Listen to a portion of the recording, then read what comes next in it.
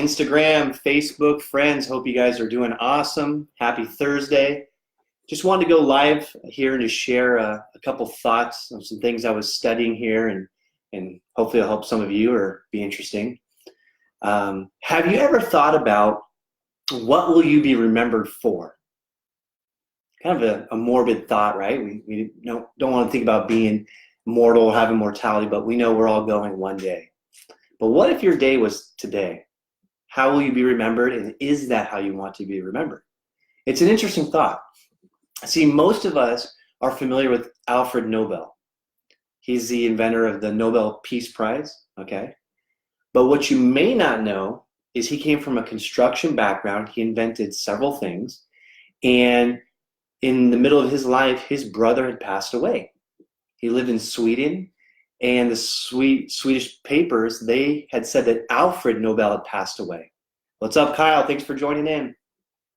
And what they said about him, okay, is today Alfred Nobel passed away, and he will go down as the inventor of the most destructive force in all of warfare at that time, which was dynamite. So I'm not sure if you guys knew that he also created dynamite. But here Alfred was reading this, and he said, oh my goodness, my whole life's work is summed up to destruction and warfare and death. That's not what he wanted. So he gathered friends and family, and he let them know he's alive and it wasn't him. And he said, what is the opposite of destruction, death, warfare, negativity? And for him, it was peace.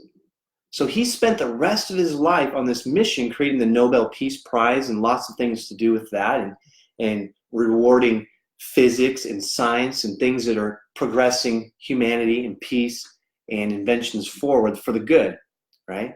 And now all of us remember him for peace, Nobel Peace Prize, right? Probably no one knows about dynamite. So here's a little homework I'm going to do. You guys could do too if you want. Make a T on a piece of paper. On the left-hand side, write down, if I died today, I would be remembered for. And what would you be remembered for? Be brutally honest, right? And then ask some friends or family that are close to you and say, hey, if I was gone today, I'm fine, I'm healthy, but if I was gone today, how would you guys remember me? And just see where you're at and be self-aware. And then on the right-hand side, say, I would like to be remembered for. What are those acts of humanity? What type of family principles? What type of accomplishments? What do you really want to see? And then the challenges, let's be more intentional from this moment forward about living out the life we want to be remembered for. What's up, Brent? I know Brent's doing things like this, a lot of learning and growth and self-awareness. Appreciate you, man. Check back the beginning of this for the story of Alfred Nobel. But so write this down. I want to be remembered for. And then we got to be disciplined to live that life out compared to being complacent or just doing business as usual if we're not on track. But if you're already on track for the life you want and you'd be good today, then good for you. Just stay on that and encourage the rest of us to keep up, right? All right, guys, hey, have a great rest of your Thursday. Keep this thought in mind.